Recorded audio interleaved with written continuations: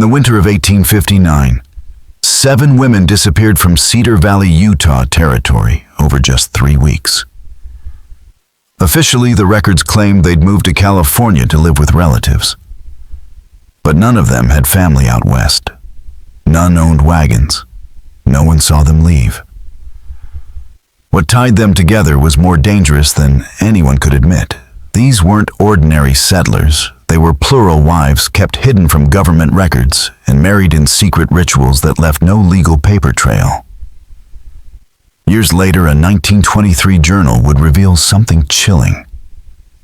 Their remains were found beneath the ruins of a collapsed cabin. These women had been leaking information about hidden weapons to federal agents at Camp Floyd just 40 miles away. But to understand how they ended up buried under floorboards, we have to go back not to their disappearance, but to the rising tensions that made them a threat to the very survival of the Mormon stronghold in the valley. Cedar Valley was more than a farming village. It was a strategic checkpoint on the southern route to California, where leaders could keep watch over who passed through. Just 2 years earlier, President Buchanan had accused Utah of rebellion and sent thousands of troops to replace the territorial government. The so-called Utah War ended without full-scale bloodshed, but the military remained a constant pressure point. Camp Floyd stood northeast, a silent warning that Mormon independence had its limits. In Cedar Valley, Elder Nathaniel Carrington held power with the focus of a man who knew one crack in unity could bring everything down. He came in 1851 with irrigation skills, political instincts, and a vision that turned desert into productive farmland. But Carrington also had secrets. Like many church elders, he practiced a covert form of plural marriage, one that left no official record. Sarah Peaton, his 4th wife, was sealed to him in 1857 by a traveling elder in a private ceremony, witnessed only by Carrington's first wife. At 23, Sarah stood out. She had green eyes, a sharp mind, and a rare education, thanks to a father who was a newspaper editor in Ohio before converting and moving west. Her literacy and her position gave her access to conversations and documents no ordinary woman would ever see. And she wasn't alone. The other women who vanished shared similar roles. Rebecca Dalton, 26, was married to the man who ran the valley's grain supply. Catherine Fletcher, only 19, was sealed to a bishop in a way that broke even territorial marriage laws. Mary Lou Kensington, 24, was the hidden second wife of a merchant who dodged every government census. Elizabeth Fairchild, 31, was married to the man who handled mail and communications. Anna Sullivan, 22, lived in the home of the man who managed supply routes for surrounding settlements. And Miriam Wallace, 28, was the wife of the man in charge of weapons and militia contacts. These women weren't just spouses, they were embedded in the most sensitive corners of Cedar Valley life. And when they started passing information to outsiders, they crossed a line no one could afford to leave unpunished.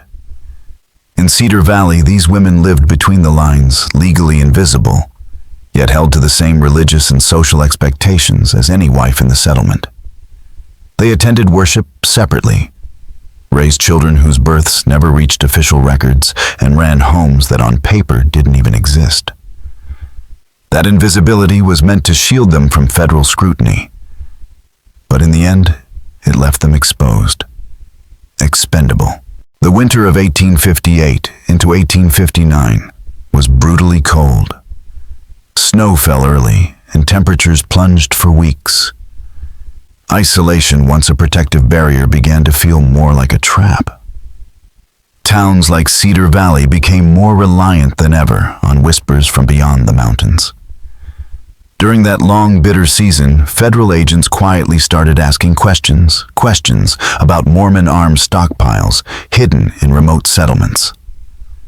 The first warning sign came one freezing February morning when Samuel Brennan spotted horse tracks around his grain warehouse.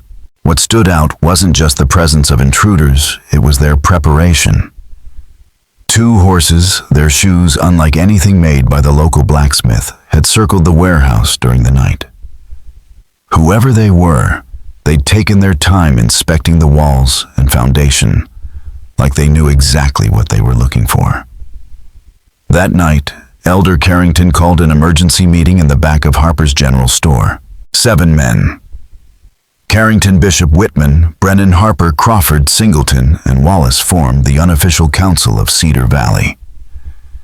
They had weathered drought, pestilence, and even the threat of federal invasion. But this felt different.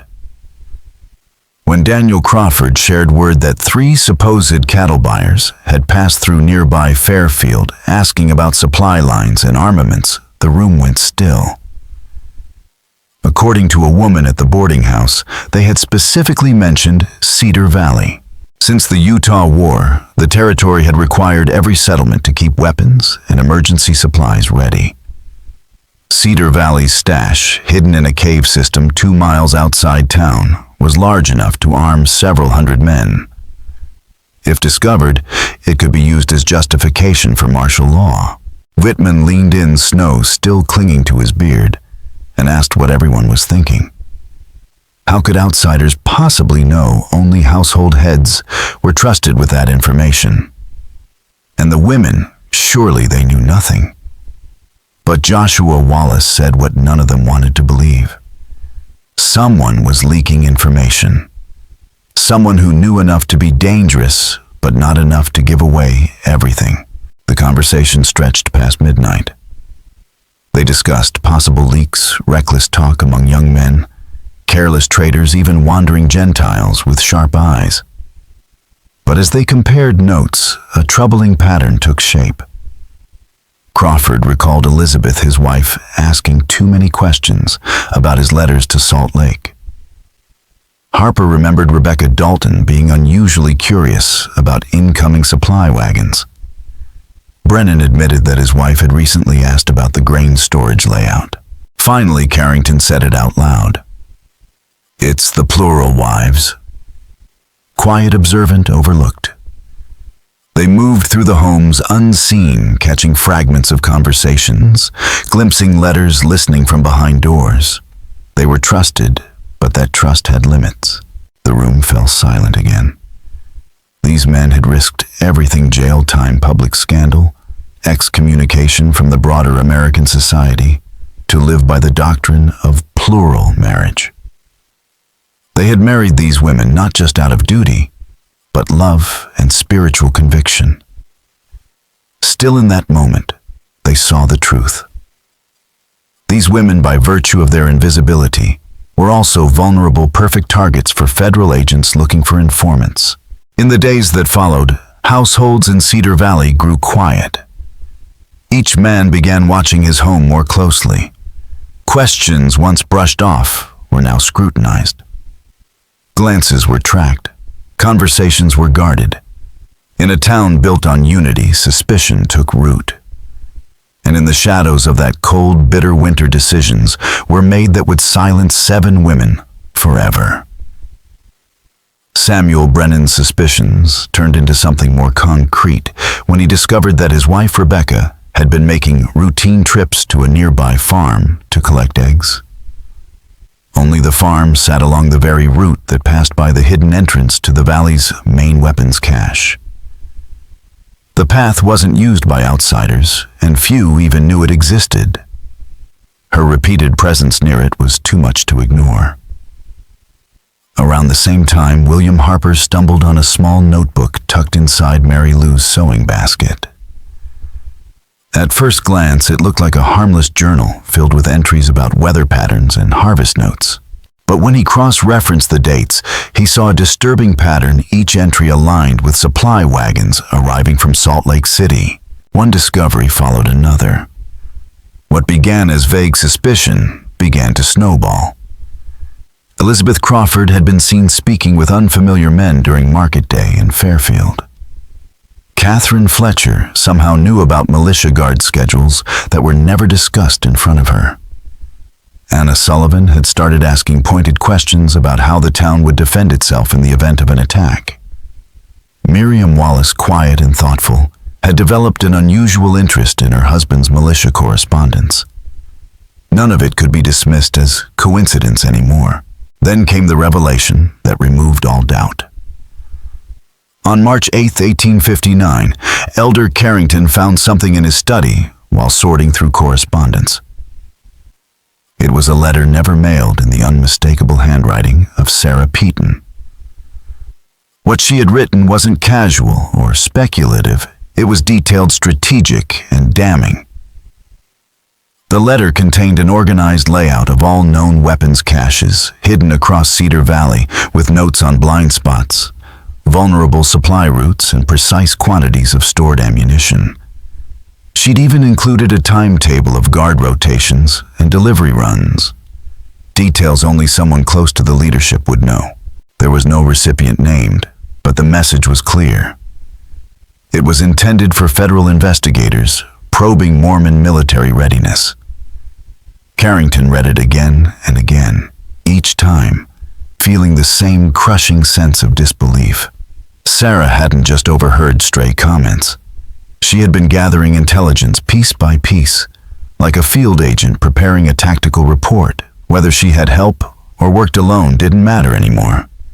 The damage was already done. That night, Carrington confronted Margaret, his first wife, and the only person alive who had witnessed Sarah's secret marriage.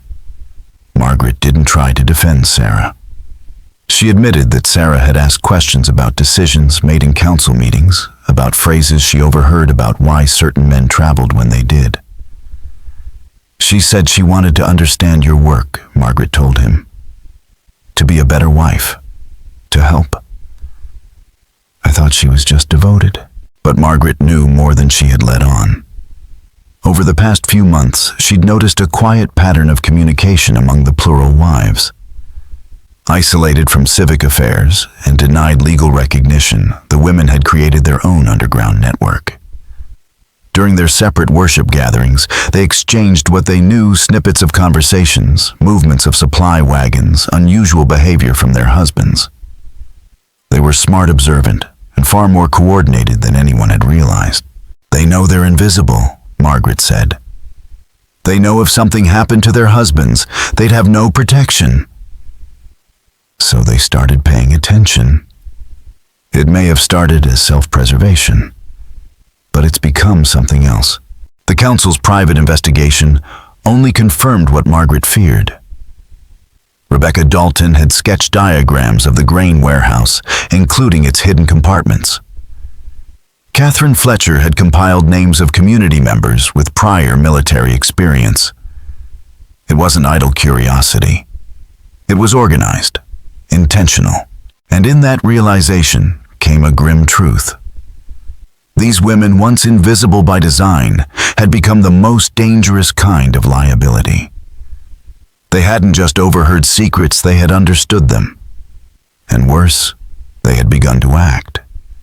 Mary Lou Kensington's records were the final confirmation that something far more organized was unfolding. She had kept logs, meticulous ones, of supply deliveries, and those logs matched almost exactly with the content of recent federal intelligence reports. It wasn't a coincidence. It was a pattern, and a sophisticated one. The men who had once dismissed these women as little more than silent companions realized to their astonishment that an entire intelligence network had been operating right under their noses. A network built not by outsiders or federal officers, but by their own wives. Then came the final blow. On March 15th, while cleaning his rifle, Joshua Wallace found something hidden inside the stock, a tightly rolled bundle of banknotes totaling 67. That was a small fortune in Cedar Valley, more than most families saw in a year. The bills weren't local. They bore mint marks from federal banks in California. The money wasn't savings, it was payment. That discovery shattered any remaining illusions. This hadn't been about protection or curiosity. The plural wives had been selling intelligence. They were operatives, whether officially recruited or informally cultivated. feeding federal agents the kind of information that could bring federal troops storming into every Mormon settlement in southern Utah. The implications were devastating. The Leadership Council, already reeling from weeks of quiet investigation, now faced a full-blown crisis. Elder Carrington convened an emergency meeting in the pitch black of early morning on March 18th. The 7 men gathered not in a home or meeting hall, but in the root cellar beneath Samuel Brennan's property, 20 feet underground, buried in earth and surrounded by bins of vegetables, a space where no one could overhear them. What they discussed that morning was no longer just betrayal. It was survival. If the federal government had this level of intelligence, the consequences would be swift and brutal. Military occupation arrests, possibly the end of Mormon autonomy in the region. But it wasn't just about weapons or supply routes anymore. It was about the women themselves. They know too much to simply disappear, Bishop Whitman warned, his voice somber in the tight, cold air. If they're suddenly gone, the agents they've been feeding will come looking for them. That could trigger exactly the kind of investigation we're trying to avoid. David Singleton, already shaken by what he had learned about Anna's involvement, offered a darker thought. What if they've already given up more than we know? What if this isn't isolated to Cedar Valley? What if there are other communities, other caches exposed? That possibility chilled the room. Cedar Valley wasn't just a town. It was a hub, a vital relay point for information supplies and defensive coordination across the entire Southern Territory. If these women had passed information beyond the valley's borders, the entire Mormon infrastructure across thousands of square miles could be compromised.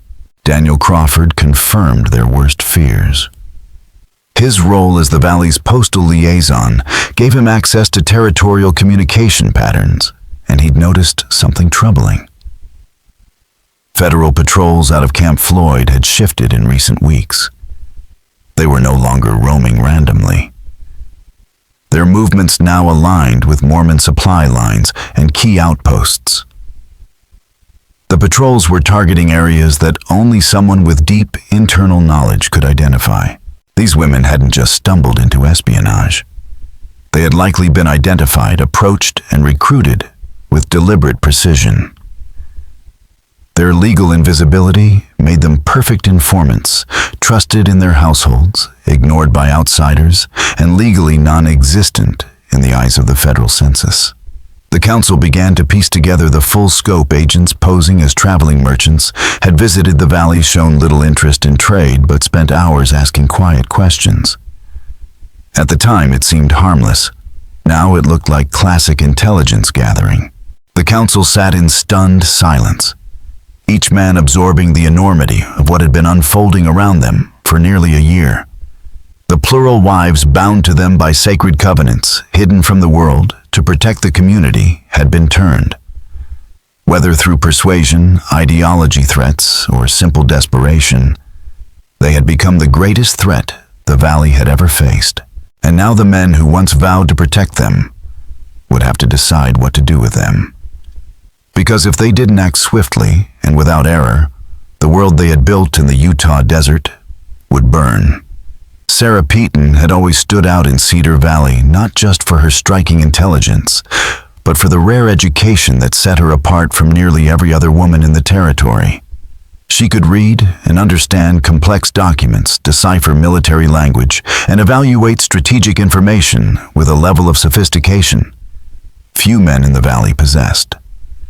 Her position as Elder Carrington's plural wife placed her closer to power than most, and her unofficial, undocumented status made her vulnerable, legally invisible, but painfully aware of how easily she and her children could be erased. Carrington understood this too, though the realization came too late. They promised them something he admitted, his voice weighed down by the enormity of the betrayal. Protection, legal recognition, a way out if federal troops moved in. For women like Sarah, that promise must have sounded like salvation. For years they had lived under the threat that their marriages could be declared invalid, their children labeled illegitimate, their homes taken from them. The federal agents hadn't needed coercion. All they had to offer was hope. But the promise had been a trap. By accepting money and passing information to federal contacts, the plural wives had crossed a line. If caught by territorial leaders, they could be charged with treason. If abandoned by the agents who recruited them, they would face shame, exile, and the destruction of everything they had risked to protect. The Leadership Council spent hours debating options in the safety of Brennan's root cellar. None of the choices were clean.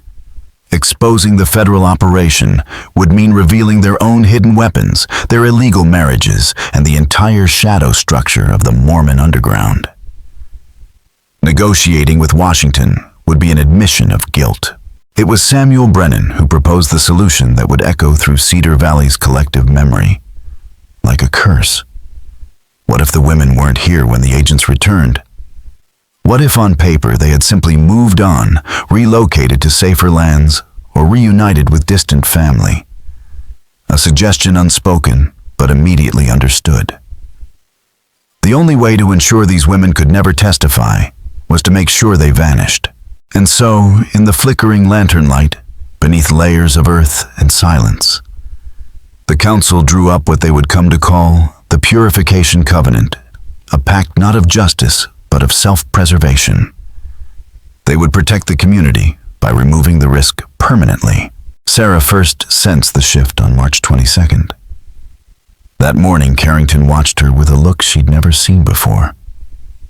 It wasn't anger. It was colder than that, like he was calculating the value of something no longer useful. Around town, the atmosphere had changed. Conversations cut off when she entered a room. Faces that once greeted her with warmth now turned away or hardened into wary masks. Her household felt the chill too. Margaret Carrington's first wife no longer offered small kindnesses or shared quiet moments of work. Instead, there were comments laced with meaning. While kneading dough for the week's bread, Margaret had looked at Sarah and said, "It's strange how much some people notice. Details most women wouldn't care about seem to matter a great deal to those with different loyalties." Sarah tried to go about her life as usual, but the routines no longer welcomed her. At Harper's General Store, William Harper followed her with his eyes. He noted what she picked up, how long she stood at each shelf, and which way she turned when she left. What had once been a life lived in the margins had now become something worse. A slow, quiet disappearance happening in plain sight. The sister wives who had once shared burdens and secrets began keeping their distance. Husbands questioned errands. Friends withheld greetings. Sarah wasn't the only one feeling the pressure. All the women involved in the intelligence ring were being isolated, monitored, erased, piece by piece, from the social fabric of Cedar Valley. The Purification Covenant was already underway. And though none of the women knew its name, they felt its weight all the same. By late March, Sarah Peaton understood that she and 6 other women were no longer just marginalized, they were being actively targeted. During worship services, they were herded into a separate section of the chapel, positioned less like congregants and more like suspects. The physical separation became a silent accusation. They weren't there to worship anymore. They were there to be watched. Their legal invisibility, once a shield from federal scrutiny, had become a trap. There were no documents protecting them, no laws acknowledging them. And if they disappeared, there would be no official record to raise alarm. On March 25th, Sarah stumbled across undeniable proof of what was coming.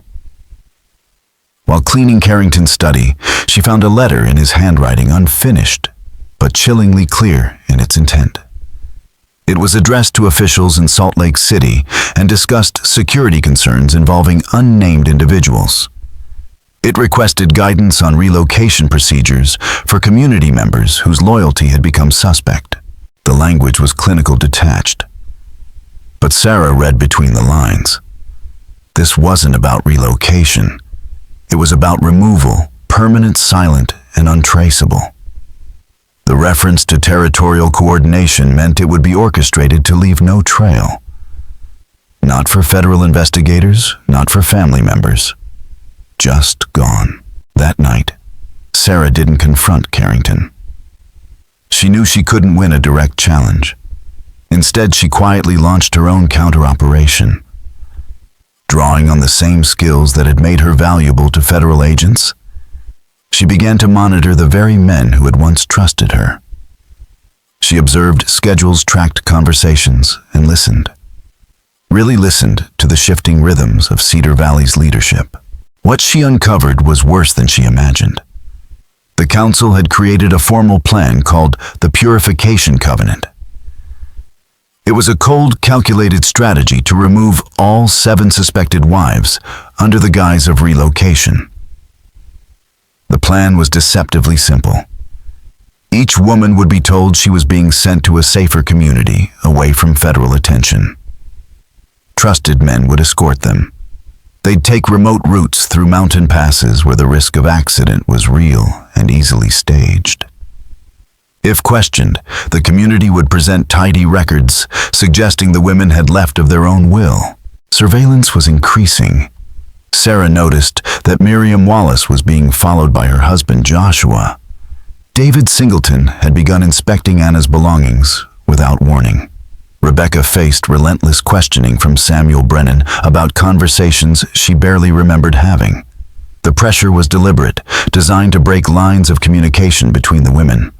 But it also revealed a pattern, and Sarah knew she wasn't alone in seeing it. On March 28th at the communal well, Sarah encountered Catherine Fletcher. Their exchange was brief, but in that moment coded phrases and careful glances confirmed what Sarah suspected. Catherine had also sensed the danger. She had overheard Bishop Whitman discussing upcoming travel arrangements with Daniel Crawford. The words escort duty and mountain routes left little to interpretation. The 2 women made a silent pact. They would warn the others. They would not vanish without a trace. Over the next 3 days, using whispered messages, subtle gestures, and chance encounters, Sarah and Catherine reached the rest of the women: Rebecca Dalton, Mary Lou Kensington, Elizabeth Crawford, Anna Sullivan, and Miriam Wallace. It was a delicate operation. Any wrong move could expose them all. But they pulled it off one by one, passing quiet warnings under the noses of the very men planning their disappearance. They didn't have a plan yet. But they had something even more important: a shared understanding. And in the growing shadow of the Purification Covenant, that fragile alliance was the only thing that might keep them alive. Each of the 7 women had noticed the same chilling pattern: watchful eyes, probing questions, and whispered conversations between their husbands about security and loyalty. What had once been suspicion was now certainty. They were being watched, categorized, and prepared for removal. Not by strangers, but by the very men they had trusted, served, and built families with. If this story is giving you chills, you're not alone. The terror in Cedar Valley was just beginning. Share this video with someone who loves the dark corners of history. Tap that like button to support deeper dives into these forgotten stories, and make sure you're subscribed, because what happens next will haunt you. By April 1st, the 7 women knew they were out of time. The plan was real. Their elimination was being organized like a community improvement project, orderly, documented, clean. Their only hope was escape. But spring hadn't yet melted the snow-choked passes through the surrounding mountains, and every route out of Cedar Valley was watched, patrolled, and controlled by the very people plotting their deaths. Sarah Peaton stepped forward to lead. With her education, her access to leadership correspondence, and her position in Elder Carrington's household, she was the only one who could uncover the timeline and movements behind the plan.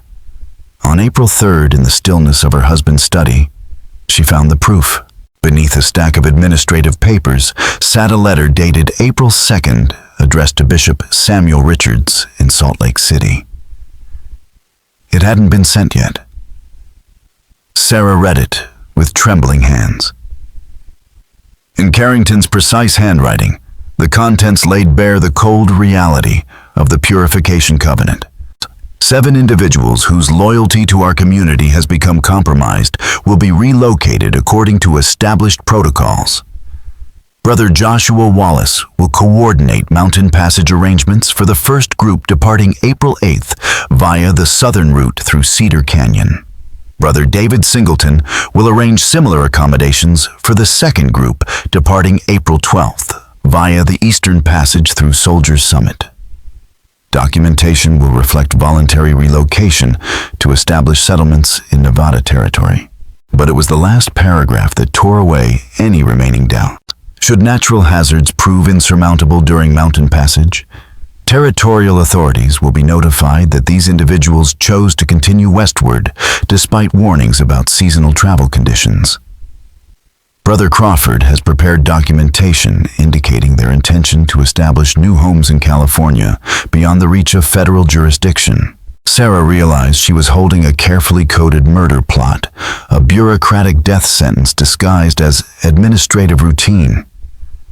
The references to natural hazards and seasonal travel were euphemisms. The accidents would be staged, the deaths sanitized, the cover stories airtight. And unless they acted immediately, it would all go off without a trace. She had 5 days. 5 days to save 7 lives. That night, under the cover of darkness, Sarah used the signaling system she and Catherine had developed. One by one, the women slipped away from their homes and met in the abandoned root cellar behind the Fletcher property.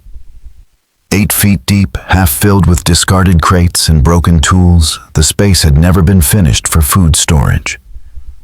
But it was out of sight, unguarded and silent, a perfect hiding place for what might be their last meeting. Sarah didn't waste time. "They're going to kill us," she said flatly, showing the others a hand-copied version of the letter.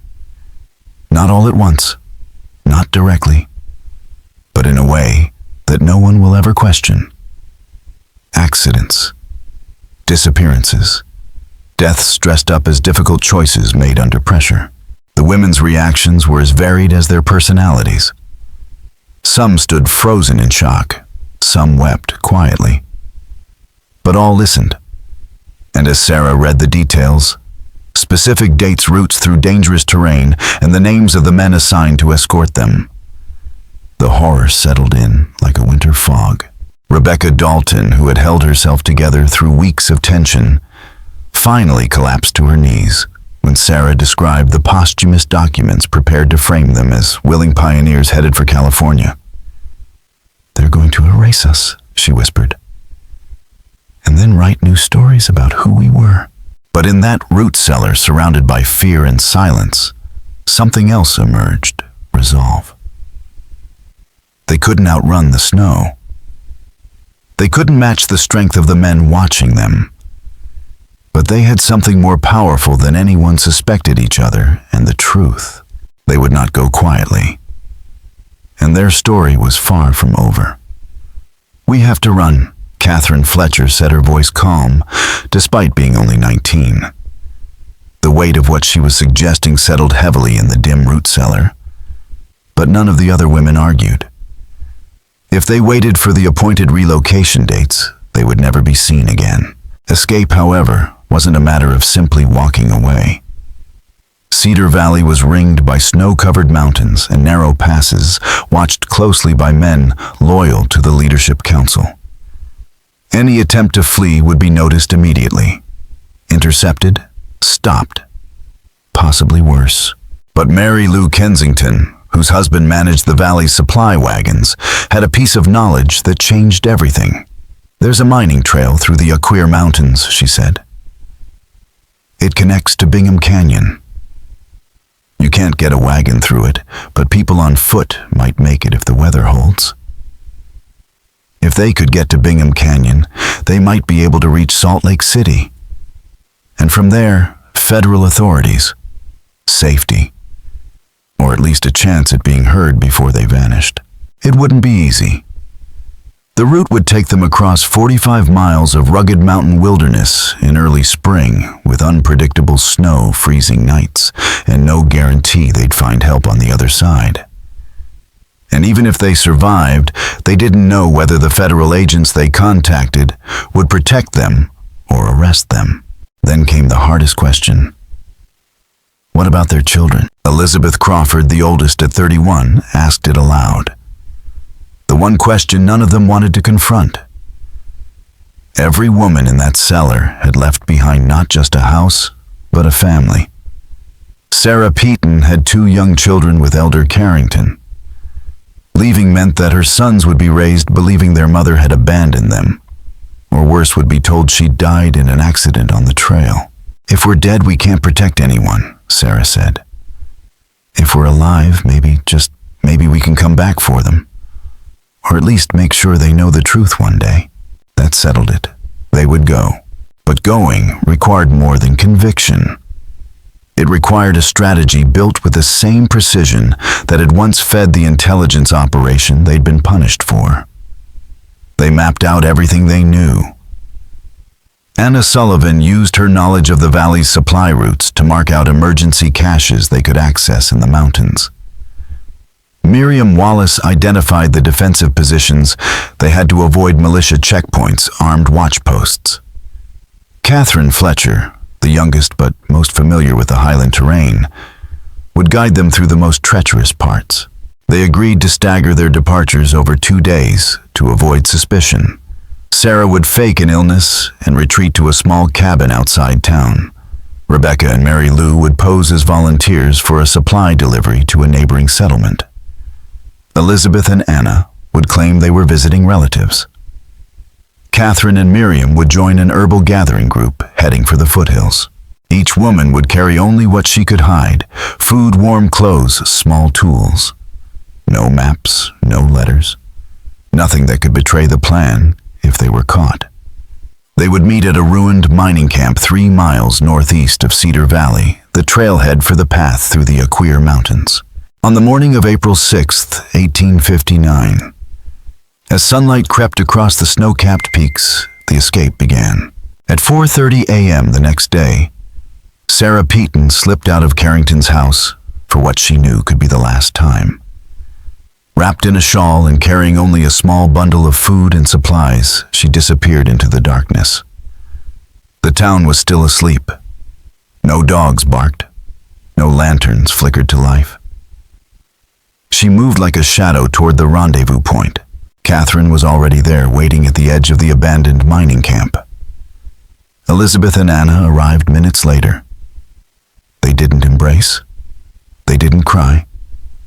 They whispered greetings, hands cold breath rising in the icy dawn. Each woman carried with her the knowledge that this moment marked a point of no return. Behind them were families' memories and a community that had chosen silence over justice. Ahead lay wilderness uncertainty and a narrow chance at freedom. But for the first time in weeks, they weren't alone. They were moving together, and they weren't done fighting yet. Just before sunrise, on April 7th, Rebecca Dalton and Mary Lou Kensington arrived at the rendezvous point, completing the group of 6 who had risked everything for a sliver of freedom. Their plan had been built on precision, courage, and secrecy, but it unraveled in silence when Miriam Wallace failed to appear. They waited. For hours they scanned the trail for any sign of her footprints, movement the shape of a figure cresting the ridge. Nothing. As the sun climbed higher, the unspoken fear hardened into dread. Catherine Fletcher volunteered to go back to find out what had happened. She returned an hour later, her face pale with urgency. Joshua Wallace's house was lit up before dawn, she told them. Leaders were there. Something's wrong. I think they found out she's missing, and that means they'll know the rest of us are gone too. The implications hit like a landslide. Their timeline had just collapsed. If the leadership suspected a coordinated escape, there would be no time to stall. The Purification Covenant would shift from a secret plan to a manhunt disguised no doubt as a search party concerned about missing wives. But everyone involved would know the truth. And so would the riders. There was no turning back. The The only way out was forward. The trail through the Acquire Mountains proved more brutal than any of them expected. Snow still packed the high passes waist-deep in places hiding loose rocks, frozen creeks, and sudden drop-offs. Every step required strength they barely had. The thin mountain air left them breathless. The ever-present risk of avalanche forced detours around unstable slopes. But none of it compared to the psychological toll of being hunted. By late morning, they spotted riders far below on the valley floor, sweeping back and forth along the visible escape routes. Men on horseback, men with maps, men who knew the land better than anyone. The advantage the women had was narrow. Their pursuers couldn't openly admit they were chasing them. They had to maintain the appearance of a rescue operation for now. On their second day, disaster struck again. A late-season snowstorm had blocked their intended exit through Bingham Canyon. The pass was impassable. Morale sagged, and for a moment so did hope. But Sarah, once again proving the value of her education, studied the terrain and suggested an alternate route. They would head north toward the rugged mining trails around Park City. The route would take longer. It was riskier, but it might give them the element of surprise. On April 9th, just after midday, Elizabeth Crawford collapsed. At 31, her body had been worn thin by years of malnutrition, childbearing, and hard labor. No matter how hard they tried to lift her, she couldn't continue. The women stood in silent horror, realizing what this meant. If they all stayed, they risked being overtaken. But abandoning Elizabeth was unthinkable. Sarah made the only decision she could live with. "I'll stay," she said. "If something happens to the rest of you, at least she won't die alone." The others resisted, but Sarah was firm. She handed over the copied letter from Carrington's desk, the only real evidence of the murder plot, and told them exactly what to say when they reached federal authorities. "Tell them what really happened," she said. "Tell them about the weapons, the intelligence, and what they plan to do to us. Let someone know we didn't leave our children because we stopped loving them. We left because we weren't given a choice." Catherine Fletcher, Rebecca Dalton, Mary Lou Kensington, and Anna Sullivan pressed on hearts heavy, but pace quickened, knowing they were now racing against time and death. Sarah and Elizabeth found shelter in an abandoned prospector's cabin, deep in the woods, tucked beneath a snowdrift that would soon swallow its roofline. They waited for help that would never come. What happened to the 4 women who continued on isn't recorded in personal journals or community ledgers. But the official territorial records filed in Salt Lake City on April 15th, 1859, tell a different story. They state plainly and without emotion that Sarah Peaton, Elizabeth Crawford, Catherine Fletcher, Rebecca Dalton, Mary Lou Kensington, Anna Sullivan, and Miriam Wallace had voluntarily relocated to Nevada Territory in California to join extended family members. No search, no inquiry, no missing persons notices. Just a single administrative statement filed by Daniel Crawford and signed by Bishop Whitman. Neat, clean, final. The records don't say what had happened in those mountains, but the truth buried under snow and silence is this: they ran not to escape their marriages, but to escape their murders.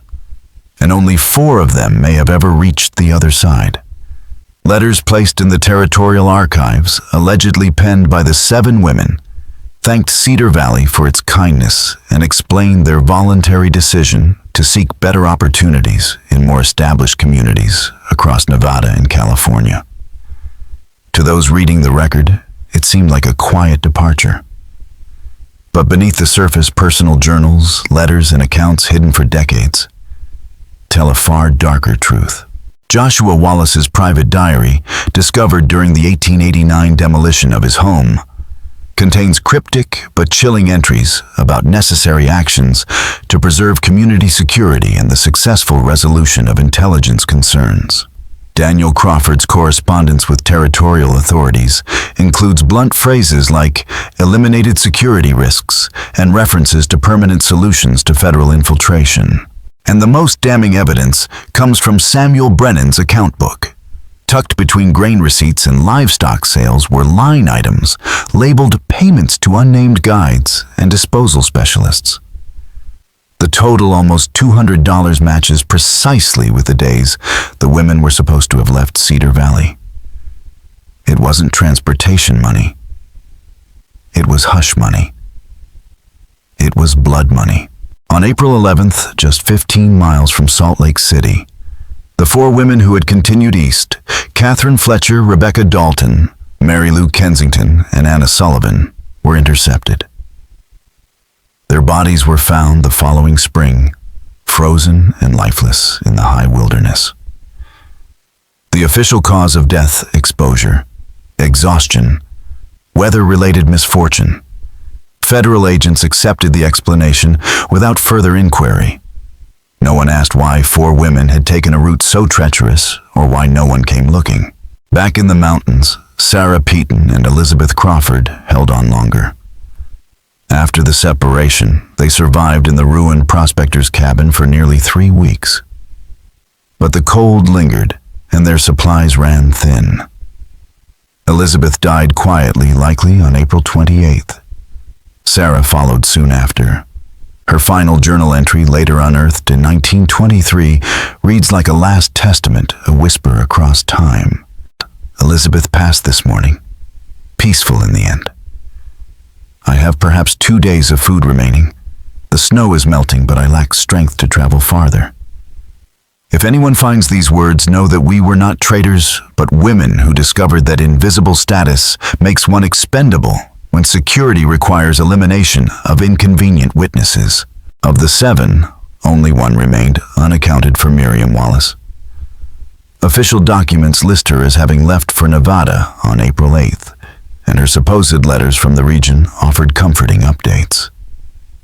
But inconsistencies surfaced. The letters referenced local events that occurred months after her departure. Some believe she struck a deal, collaborated with the community leadership to preserve her life in exchange for false testimony. If so, she may have lived out her life within the Mormon settlements under a new identity, silent about the women who died so she could survive. The Purification Covenant accomplished its purpose. The federal government found no evidence of espionage. The hidden weapon caches remained undiscovered for decades. Utah eventually achieved statehood in 1896, and the names of the 7 women disappeared from public memory. But the price of that silence extended far beyond the grave. Joshua Wallace, never the same after his wife's disappearance, drank himself to death by 1863. Samuel Brennan suffered what his contemporaries called nervous exhaustion and abandoned Cedar Valley by 1861, relocating to California. Daniel Crawford, once steady and respected, became haunted by nightmares so vivid they caused him to scream in his sleep. His children would later say they were afraid to be near him at night. Elder Nathaniel Carrington held on to power longer than the others. But in 1865, he left Cedar Valley on a mission to the eastern states. He never returned. He died 2 years later in Philadelphia.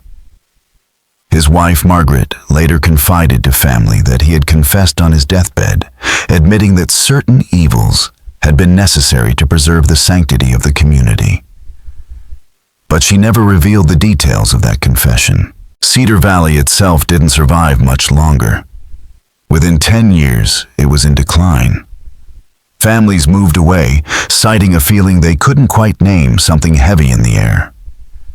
Rumors of tragedy clung to the valley like mist. The once proud irrigation system was neglected.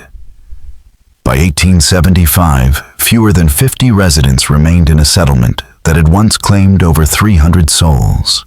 Modern historians studying the period have begun to notice the patterned disappearances of women, particularly plural wives, with no trace of them in the settlements where they were supposedly relocated. Genealogical records failed to confirm their presence. No birth records, no death certificates, no grandchildren, only silence. Then, in 1923, the silence cracked. A journal hidden beneath the collapsed floorboards of a mountain cabin offered the first undeniable evidence that the official story had always been a lie.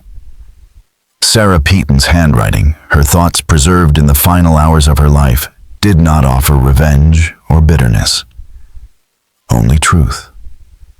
And the truth raised more questions than it answered. The women of Cedar Valley didn't disappear. They were erased. The final entries in Sarah Peaton's journal suggest something far larger and far more chilling than even the Cedar Valley leadership realized. Hidden among her final pages were mentions of contacts routes and individuals whose names appear in no other known historical records. According to Sarah Federal, agents hadn't just promised money, they had promised protection. Not just for the women, but for their children should the intelligence operation be discovered. That promise was never kept, and that failure may not have been negligence. It may have been deliberate. Some historians now believe the women of Cedar Valley weren't simply abandoned by their federal handlers. They were used. Theorists point to patterns in the records, similar disappearances, similar cover-ups in Mormon settlements across the Utah Territory between 1858 and 1862. These researchers argue that the women may have been unwitting pawns in a covert effort to undermine Mormon leadership by quietly eliminating its internal security apparatus, using informants who were never meant to survive. If true, it means Sarah Catherine, Elizabeth Rebecca, Mary Lou Anna, and Miriam were victims not just of the men in their own community, but of the very forces they hoped would save them. And the clues didn't end in 1859. In 1934, a renovation crew working on the old Cedar Valley Church unearthed a sealed wooden box beneath the floorboards. Inside were deeply personal artifacts, locks of hair, wedding rings, and faded photographs items families had long believed lost. Each belonged to one of the 7 women. The discovery reignited questions that had been buried for generations, but attempts to reopen the case met resistance. Territorial archives from that era had been carefully edited, with key sections redacted or missing entirely, especially anything related to internal security or federal intelligence activity. Then in 1961, the truth surfaced again.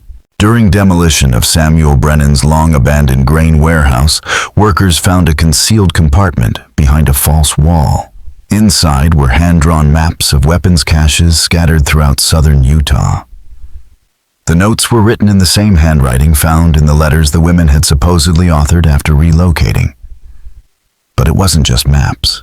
There was also a list, dozens of names. Not just the 7 women from Cedar Valley, but other plural wives from towns all over the territory. Next to many of the names were small marks in red ink. Historians believe those marks indicate who had been resolved, a euphemism for removed, eliminated, or disappeared. A quiet ledger of those who had known too much. Those who had trusted the wrong people. Those who had become inconvenient. This story forces us to confront a harsh truth. Invisible people, those denied legal recognition, excluded from records, and stripped of autonomy, are easier to silence. And when their knowledge threatens the structures built to contain them, their disappearance becomes not only simple, it becomes strategic. The women of Cedar Valley weren't just wives. They were readers, listeners, analysts, and quiet revolutionaries. Their intelligence was respected only until it became dangerous. Then they became ghosts. So what do you think happened? Do you believe the whole truth has finally been uncovered?